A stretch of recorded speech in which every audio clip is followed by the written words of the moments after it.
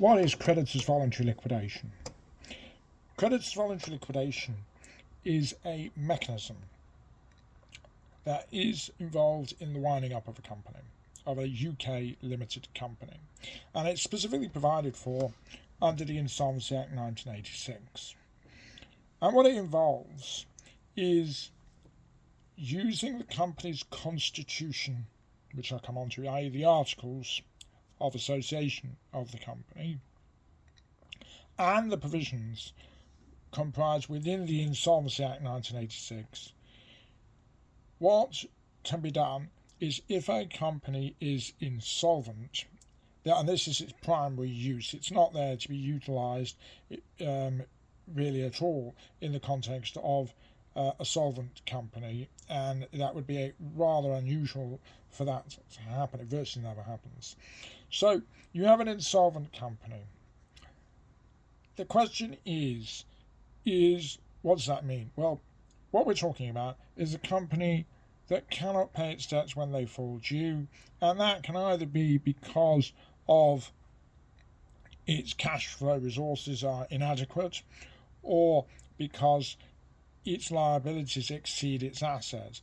But the point ultimately is, if it has no prospect even now or in the future long term of being able to pay the pre-existing and future debts, then it has to be dealt with. Now, if the company is profitable in the sense that it may be insolvent, but it's got a core profitable business, there may be other options, such as a company voluntary arrangement, which is known as a CVA, and there may be other options in the form of administration to restructure the company. There may even be, in a much case, a much bigger company like a PLC,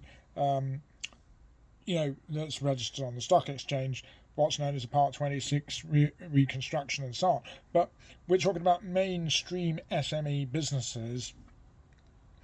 If the company's insolvent and it cannot avoid being closed down, then ultimately there has to be a mechanism that allows it to do so. Now, there is, in the case of a company that needs to be closed, an alternative to creditors voluntary liquidation, which is known as voluntary strike-off, and also compulsory liquidation, which is a court winding up procedure where a creditor petitions for the winding up court.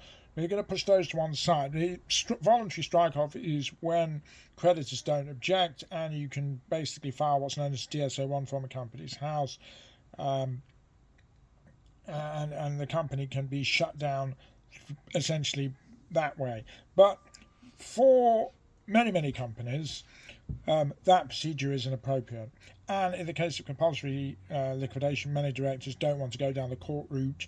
They want to go be responsible, and they want to go down the voluntary sector route. And so, at the moment, certainly, the most popular mechanism for liquidation of an insolvent company is what I'm talking about here, creditors voluntary liquidation. Now, the voluntary aspect means non-court. Creditors voluntary liquidation means that it's the creditors that ultimately determine the appointment of the liquidator. The process itself is initiated by the directors of the company, i.e. the company in the first instance, but remember the company is controlled by its directors who've been appointed by its members, i.e. its shareholders. So if you want to wind up a company and close it down because it's insolvent and it cannot avoid insolvent liquidation, then creditors voluntary liquidation is very likely to be a very suitable and appropriate mechanism to do so. Unlike the voluntary strike-off route, it's one that ultimately cannot be objected to by creditors. The only other alternative thing that a creditor can do is file an application through a petition in court for the company to go into compulsory liquidation. But if the company is already going into liquidation because the directors have initiated a voluntary winding up process, for the most part, most creditors are not going to interfere with that, and they are going to permit the creditors voluntary liquidation, sometimes known as CVL, process to go ahead. Now, the point here is that you are using the company's constitution and the Insolvency Act to put the company into liquidation. It's what you cannot do in the context of going into this kind of CVL liquidation is it's not a click of the mouse routine. So yes, you may see it on the internet. Quote for CVL, and you pay a fee, and bang, it doesn't happen quite like that. Certainly, the company has to pay a fee, or the directors, if there's no assets, have to pay a fee, but to get it into liquidation. But it's not something that you can snap your fingers and the company goes into liquidation. There is a process, and this is what I'm talking about here in terms of what is the process. The process is, to begin with,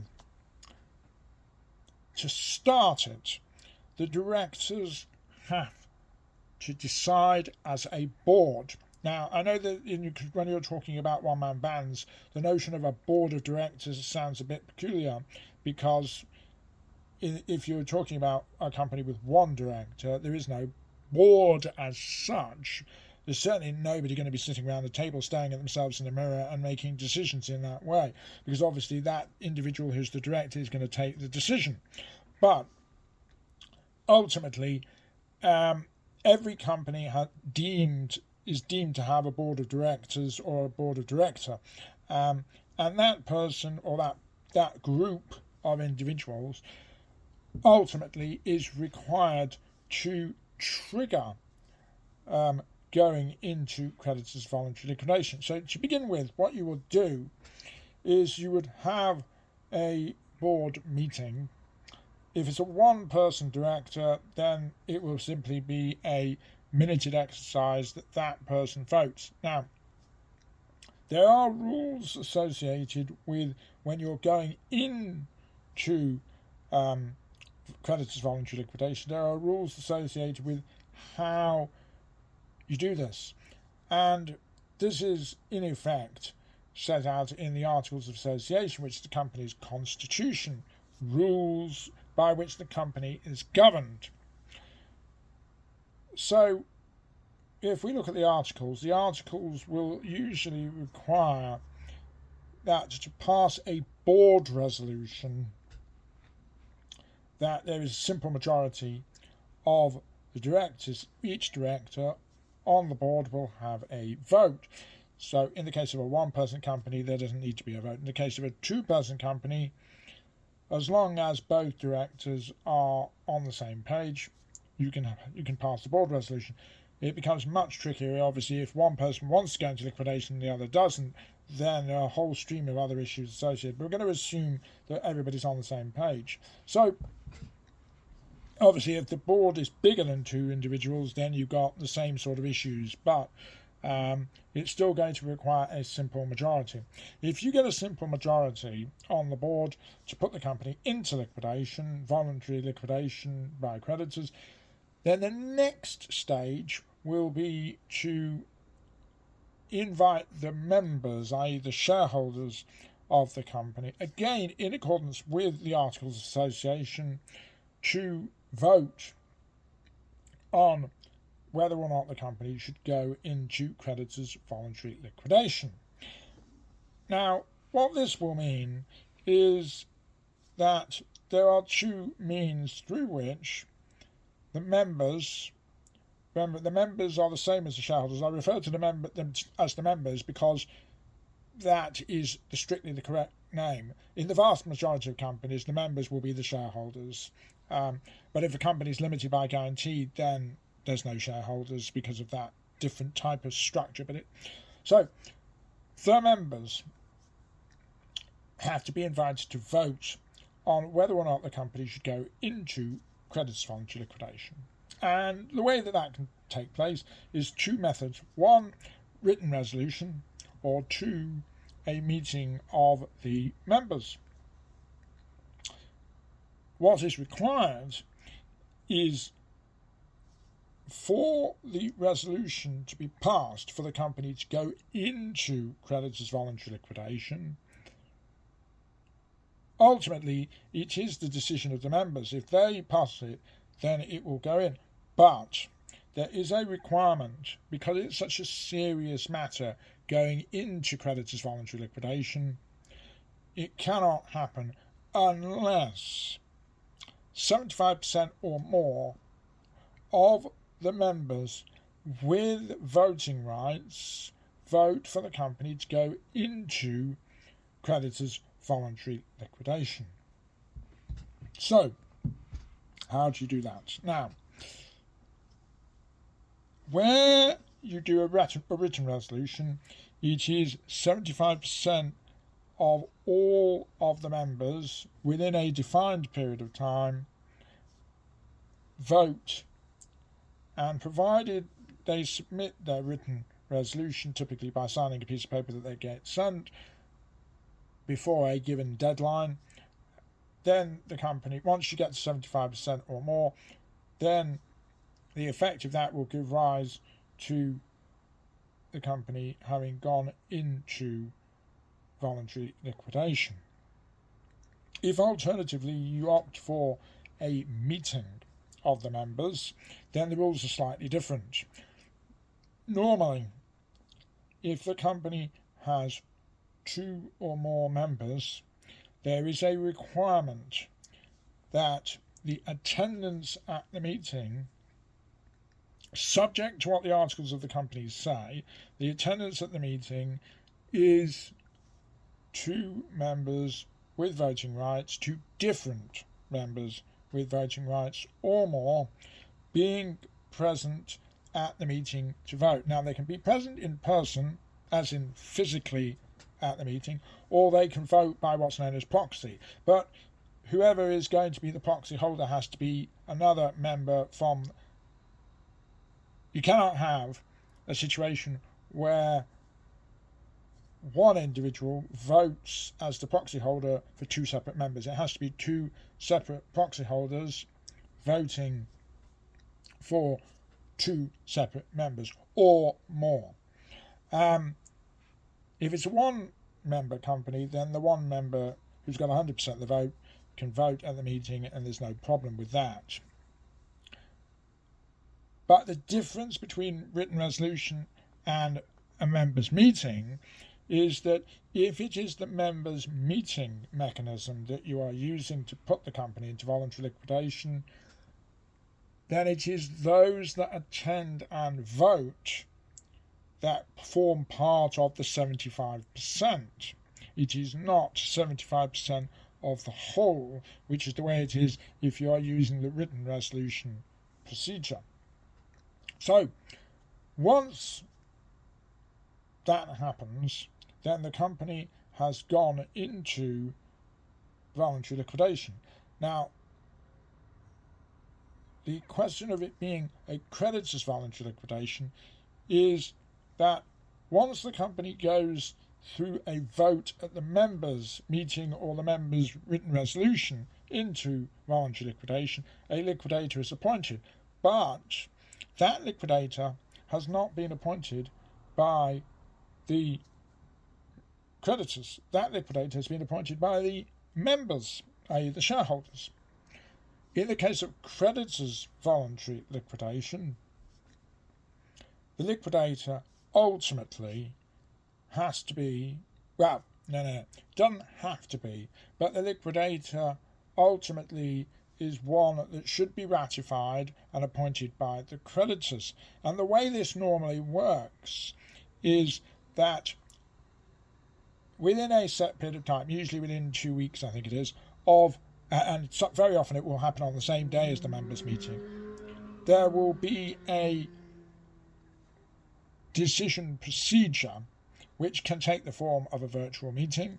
It can take the form of what's known as a deemed consent, and it can also take the form of a physical meeting as well when it's been specifically voted for. But the point really is however the decision procedure by creditors is taken, the creditors at that decision procedure, either they ratify the existing liquidator to be appointed by them as the liquidator of the company, or they can appoint somebody else to be the liquidator of the company.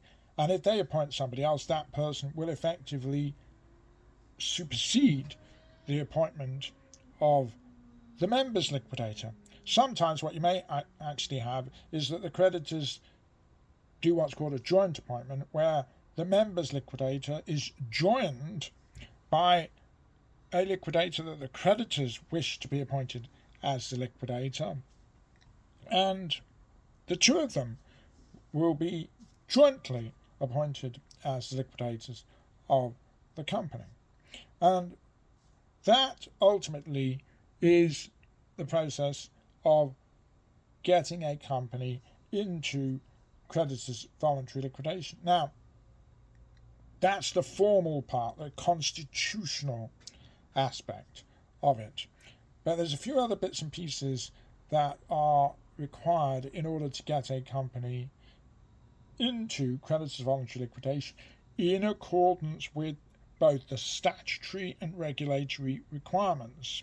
Now, the liquidator in a creditors voluntary liquidation, and indeed a liquidator in any type of liquidation, other than the compulsory liquidation, in which case the government liquidator, the official receiver, who's a civil servant at the Insolvency Service Agency of the Department of Business, can be appointed as liquidator. But in voluntary liquidations, and in particular, and obviously we're talking here about creditors voluntary liquidation, the liquidator has to be a licensed insolvency practitioner authorised under the Insolvency Act 1986. And that would be somebody like myself, okay, authorised by an officially recognised professional regulatory body that licenses the practitioners to be insolvency practitioners. Now, what this means is that the appointment of the liquidator is one that's done by the creditors, but that person has to be put to the members, and that person has to be put to the creditors. Now, but when you are putting the appointment of the liquidator to the creditors, normally what you'll have at the same time, and indeed this is required, is you will have two other formal documents. One which is required by statute, which is known as Statement of Affairs, and the other which is known as the SIP6 report. The SIP6 report is short for Statement of Insolvency Practice number 6. And this is a report on the financial position of the company, and it is what the regulated professional bodies require the person who is the licensed insolvency practitioner, who is probably going to be the liquidator, and certainly going to be, in most cases, going to be the nomination of the members, and ultimately potentially the nomination of the creditors as well. But that person has to present to the creditors this financial information SIP6 report. And that information needs to be provided to the creditors before the creditor's decision procedure to vote on the appointment of the liquidator. And before that procedure as well, the Statement of Affairs also needs to be provided to the creditors so that they can see what's happened. Very often what you will have is that the Statement of Affairs will be sent out to the creditors along with the SIP6 report, and the SIP6 report may elaborate and expand and explain the Statement of Affairs to the creditors. The Statement of Affairs is a bit like an up-to-date balance sheet setting out all the assets and who the creditors are and the amounts that they're owed to the creditors, so they can see what the financial position of the company is. The SIP6 report will then provide some historical information, explanations as to what is in the Statement of Affairs and what therefore the creditors can conceivably expect to be the realisations and recoveries in the liquidation, but it won't in many instances set out in tremendous detail the cost of the liquidation. But what will tend to happen is a report may go, it doesn't have to go in every case, it depends on how the liquidator sets the case up, but it may be that a liquidator will send out a report giving a fee estimate, giving an account of what they expect the return to creditors may be. But point is all this information goes to the creditors before the creditor's decision procedure takes place, and then ultimately the appointment of the liquidator will take effect. The liquidator will then essentially control the company, and the liquidator will thereby supersede and act instead of the directors of the company. And at that point, the liquidator will then be in complete control of the company, but they will require the directors' cooperation, because don't forget, they will have entered office as a stranger. They won't know the ins and outs of the company necessarily. They will have spent most of their time doing things like preparing the statement of affairs prior to becoming appointed. One of the very important roles that the liquidator has after they've been appointed is realise the assets of the company to see if a distribution can be made to creditors, and at the same time investigate the conduct of the directors and report on that to the Insolvency Service, to the Secretary of State. That report won't necessarily express very much beyond certain facts of the company. There's an online questionnaire that the liquidator fills in. Those facts will be presented to the Secretary of State. The Secretary of State will then decide, on the basis of the answers to those questions, whether or not they think that the conduct of the directors has been above the line or below the line of what is deemed to be acceptable conduct. If they think it has been below the line and that the director is guilty of misconduct, then they will potentially consider whether they want the director to be examined further or investigated further from the point of view of disqualification proceedings, because they are deemed to be unfit, that there is a need perhaps to protect the public, and the director should then be disqualified and prevented from acting as a director of another limited company for a period of time. Once all that has been dealt with, and if there has been sufficient funds, adjudication of creditor claims to determine what creditor should receive what from the pot of cash that the liquidator has been able to realise for the benefit of creditors. Obviously, in many instances, there will be no pot of cash available to pay a distribution to creditors. But once all that's been dealt with and liquidation is on the point of being finalised, each year in the build-up to that, the liquidator will submit, within 2 months of the anniversary of their appointment, a progress report that sets out an account of the realisations and events in the previous 12 months and the work that the liquidator's done, any fees drawn, any expenses. There'll be receipts and payments account to give a full account of what has happened. There will be a final account prior to closure, and then at that point the liquidator will submit the report to Companies House, and then typically within 2 or 3 months the company will be dissolved. And that is Creditors Voluntary Liquidation. Questions, queries, concerns, give us a shout. We know insolvency inside out.